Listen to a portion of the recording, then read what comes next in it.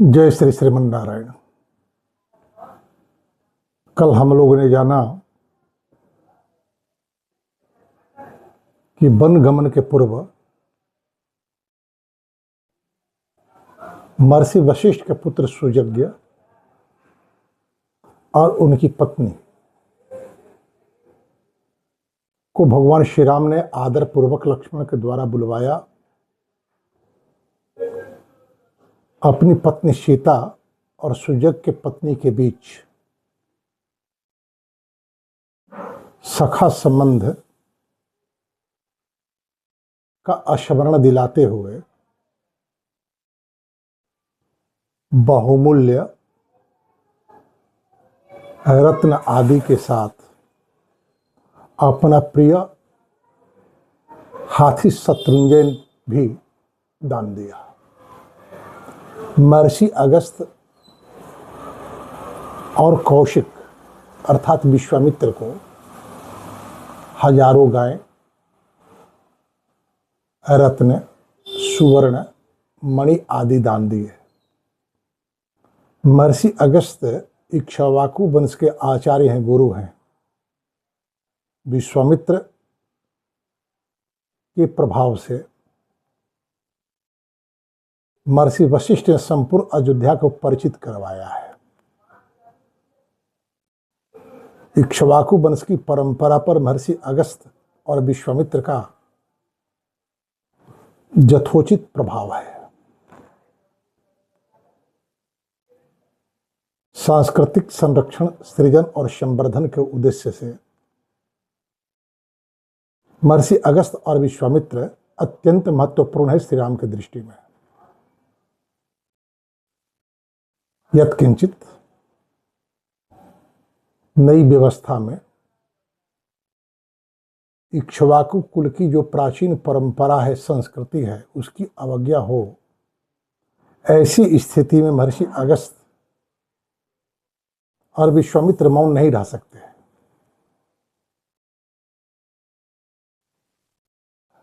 उन्हें दान देकर उन्हें आजीविका से मुक्त होकर अयोध्या के हित चिंतन के लिए भगवान श्री राम ने उनसे प्रार्थना की। आगे भगवान श्री राम लक्ष्मण से कहते, कौशल्याम च आशीर्भिर भक्त पर्युपतिष्ठते आचार्यस्तैतरीयाणाम अभिरूपश्च वेदवित् तस्य यानम च दासिश्च सौमित्रेशम प्रदापय कौशेयानि च वस्त्राणि यावत् तुष्यति सद्विजः। यजुर्वेद, कृष्ण यजुर्वेद की तैतरीय शाखा, जिसमें उपनिषद, ब्राह्मण, आरण्यक आदि आते हैं, इस शाखा का प्रभाव दक्षिण भारत में विशेष रूप से है। इस शाखा का अध्ययन करने वाले ब्राह्मण जो हैं, आचार्य जो हैं, उनको भगवान श्री राम ने बुलाया। ये देवी कौशल्या के प्रति विशेष स्नेह रखते हैं। भगवान राम ने उनसे आशीर्वाद प्राप्त किया और उनको वाहन, दास दासी, रेशमी वस्त्र और जितने धन से वे संतुष्ट हो सकते उतना खजाना से धन दिलवाने की आज्ञा दी। वहीं सूतश्चित्र रथश्चार्य सचिव सुचिरोषितः तोष ऐनम माह्यश्च रत्नैर्वस्त्रैः धनैस्तथा पशुकाभिश्च सर्वाभिर् गवाम दशशतेन च। चित्र नाम के एक सूत हैं जो महाराज दशरथ के यहाँ आदर प्राप्त सचिव के पद पर अभिषिक्त हैं। बहुत दिनों से राजकुल की सेवा करते आ रहे हैं। ऐसे चित्ररथ सूत को भगवान श्री राम ने वस्त्र धन देकर संतुष्ट किया। उत्तम श्रोणी के बकरे दिए, 1000 गाय दी और पूर्ण संतुष्ट किया। ऐसा इसलिए कि जो अयोध्या में राजनीतिक परिदृश्य में परिवर्तन हो रहा है, ये संभव है महाराज दशरथ के समय जो विश्वसनीय सचिव आदि हैं उन्हें सेवा मुक्त कर दिया जाए। 14 वर्ष के बाद लौटने पर यदि राम को अयोध्या का शासन करना पड़ा तो वैसी स्थिति में पूर्व के विश्वस्त राजसेवकों की आवश्यकता होगी। यदि समुचित आजीविका की व्यवस्था न की गई तो ऐसा संभव है आजीविका की खोज करने के क्रम में किसी अन्य राज्य के राजा के यहाँ सेवा देने के लिए बाध्य हो जाए। तो दंडकारण्य से लौटने तक ऐसे विश्वसनीय सचिव के सामने आजीविका की समस्या न उत्पन्न हो, इसका ध्यान भगवान श्री राम ने सम्यक प्रकार से रखा। पुनः येचे में कट कालापा बहवो दंड मानवा नित्य स्वाध्याय शीलत्वान नान्यत कुर्वति किंचन अलसा स्वादु कामश्च महतां चापि सम्मतः तेषां अशीतयानानि रत्नपूर्णानि दापय शालीवाह सहस्त्रम च द्वेष्यते भद्रकांश तथा। भगवान श्री राम कहते हैं लक्ष्मण से कि लक्ष्मण है, वेद के कट शाखा और कलाप शाखा। कट शाखा जिसमें कठोपनिषद विशुद्ध रूप से ब्रह्म विद्या परक विषय आते हैं और कलाप शाखा में लोक जीवन के लिए कर्मकांड की व्यवस्था बतलाई गई है। वेद के ज्ञान और कर्मकांड शाखा का जो अध्ययन करने वाले ब्रह्मचारी हैं, आचार्य हैं, ये अपनी वृत्ति की खोज करने में भी आलसी होते हैं, लेकिन इन्हें स्वाद से बड़ा ही प्रेम है। ऐसी स्थिति में इनका स्वाध्याय बाधित न हो, लक्ष्मण आप इनके लिए समुचित व्यवस्था करें। ये भिक्षाटन नहीं कर सकते, स्वाद भी इन्हें प्रिय है। ऐसी स्थिति में इनका सम्मान करने के लिए रत्नों के बोझ से लदे हुए आप 80 ऊंट इन्हें दान करें।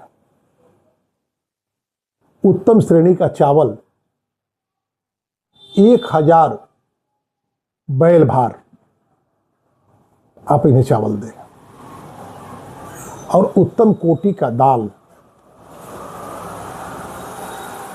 200 बैल भार आप इन्हें दिलाएं। हे सुमित्रा नंदन, इन वस्तुओं के अलावे दही घी आदि व्यंजन के निमित्त, ताकि घी दही आदि की व्यवस्था बनी रहे, इन्हें 1000 गाय भी इन्हें दे दे। बात स्पष्ट है। कल हम लोगों ने भगवान श्री राम के द्वारा दान की व्याख्या के क्रम में मनुस्मृति के एक संदर्भ पर भी विचार किया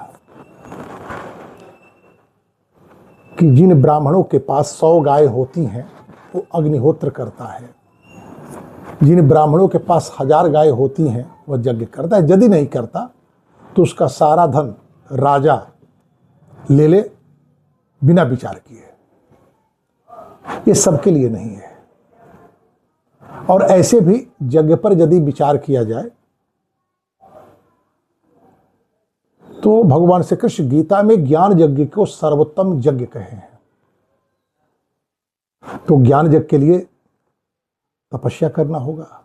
ब्राह्मणों की तपस्या ज्ञानार्जन है। जो व्यक्ति ज्ञानार्जन में प्रवृत्त है, शास्त्र के संदर्भों को समाज के लिए संप्रेषित करने में संलग्न है, उसके लिए यही यज्ञ है। ऐसे लोगों के जीवन में सुविधा की कमी नहीं होनी चाहिए, अन्यथा स्वाध्याय में असुविधा होगी। आपको एक सामान्य बात मैं बतलाना चाहूंगा। किसी संयुक्त परिवार में किसी माता पिता के 4-5 संततियां हुए, उनमें सारी संततियां एक ही कार्य नहीं करती, अपनी अपनी पात्रता के अनुसार कार्य का चुनाव कर लेती है। माता तो एक ही है 4-5 संततियों की, लेकिन जो अध्ययनशील होता है और जो कृषि आदि कार्य में लगा होता है, दोनों की व्यवस्था में माता स्वयं अंतर कर देती है। स्वाध्यायी को घी देती है, खेती में लगने वाले को छाछ देती है। अब आप पूछेंगे कि महाराज जो उत्पादन करेगा उसे घी चाहिए या जो उत्पादन कार्य से दूर है उसे घी चाहिए? बात घी और छाछ की नहीं है। जो कृषि कार्य से में संलग्न है उसके भीतर इम्यूनिटी पावर, रोग प्रतिरोधक क्षमता अधिक होती है। वो अपने शारीरिक श्रम के कारण अपने भीतर और प्रतिरोधक क्षमता का संवर्धन कर लेता है, शक्ति संचय कर लेता, संवर्धन कर लेता है। लेकिन जो शारीरिक श्रम से दूर मानसिक श्रम संलग्न है, उसके भीतर मेधा की आवश्यकता अधिक होती है और वो मेधा घी ही दे सकती है। आज अलग बात है कि चिकित्सकों के द्वारा घी खाना मना किया जा रहा है क्योंकि घी का निर्माण ही नहीं हो रहा है। 1000 गायें भगवान श्री राम उन्हें केवल इसलिए दिला रहे हैं कि उनके भोजन में घी दही आदि की कमी न होने पाए। भगवान श्री राम कहते हैं कि जो कौशल्या के पास ब्रह्मचारी आया करते हैं, ब्रह्मचारियों का समुदाय आया करता है, उनमें से प्रत्येक को 1000 स्वर्ण मुद्रा आप दे। लक्ष्मण उस समस्त ब्रह्मचारी ब्राह्मणों को मेरे द्वारा दिलाई हुई दक्षिणा देखकर मेरी माता को जिस प्रकार आनंद हो उस प्रकार उन सबके लिए आप व्यवस्था करो, पूजा करो। ततः पुरुष शार्दूलस्तद धनम लक्ष्मण स्वयं यथोक्त ब्रह्मणेन्द्राणाम अददात धन दो यथा। भगवान श्री राम के द्वारा आज्ञा प्राप्त करने के बाद लक्ष्मण स्वयं कुबेर की भांति उन ब्राह्मणों को धन का दान दिया। पुनः वहां जो सेवक थे खड़े, भगवान राम के बन जाने के वीरा से व्यथित होकर उनके गला रूंध गए थे, आंखें भीग गई थी। उनमें से एक के को 14 वर्ष तक जीविका चलाने जो बहुत सा धन भगवान श्री राम ने देने को कहा। अथा ब्रवीत बाष्प गलांस्ते तिष्ठत चुप जीविनः स्वप्रदाय ब्रहु द्रव्यम एकैकस्योपजीविनम लक्ष्मणस्य च ददवेश्म गृहम च यदिदम मम अशून्यम कार्यमेकैकम यावद आगमनम मम। जब तक मैं वन से न आऊं तब तक इनकी आजीविका बाधित नहीं होनी चाहिए, इन्हें भोजन मिलना चाहिए। इत्युक्त्वा दुःखितं सर्वं जनं तमुपजीविनम् उवाचेदं धनाध्यक्षम धनमानी यथा मम। तब वे सेवक श्री राम के वनगमन से दुखी थे। उनसे उपयुक्त बात का श्री राम अपने कोषाध्यक्ष से कहे, खजाने में मेरा जितना धन है वह सब ले आओ।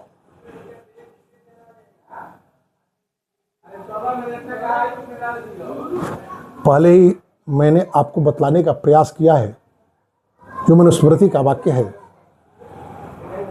कि स्त्री और बालकों के धन पर केवल और केवल उनका अधिकार होता है। माता पिता उस धन के संरक्षक हो सकते हैं और अपनी इच्छा से उसका उपयोग या उपभोग नहीं कर सकते। तो राजकोष में जो धन है सब का सब धन अयोध्या के राज परिवार का ही नहीं है। देवी कौशल्या जो मैके से आई उपहार लेकर, यह आने के बाद उन्हें जो उपहार दिया गया, श्री राम को जो उनके संबंधी समय समय पर उपहार देते रहे, वो सारे उपहार सुरक्षित है, तो भगवान श्री राम ने कहा, उवाच एदम धनाध्यक्षम धनमानी यथा मम, जो मेरा धन है ला। यह सुनकर सेवक उनका धन ढो ढो कर लाने लगे। वह बहुत धन एकत्र हो गए।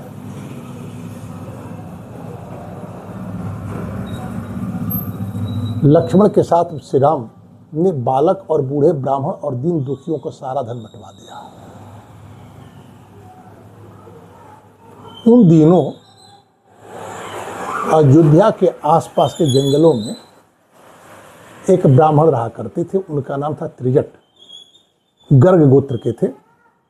तत्रा से पिंगलो गार्ग्य त्रिजटो नाम वै द्विजः छत्र वृत्तिर बने नित्यम फालक उद्दाल लांगली।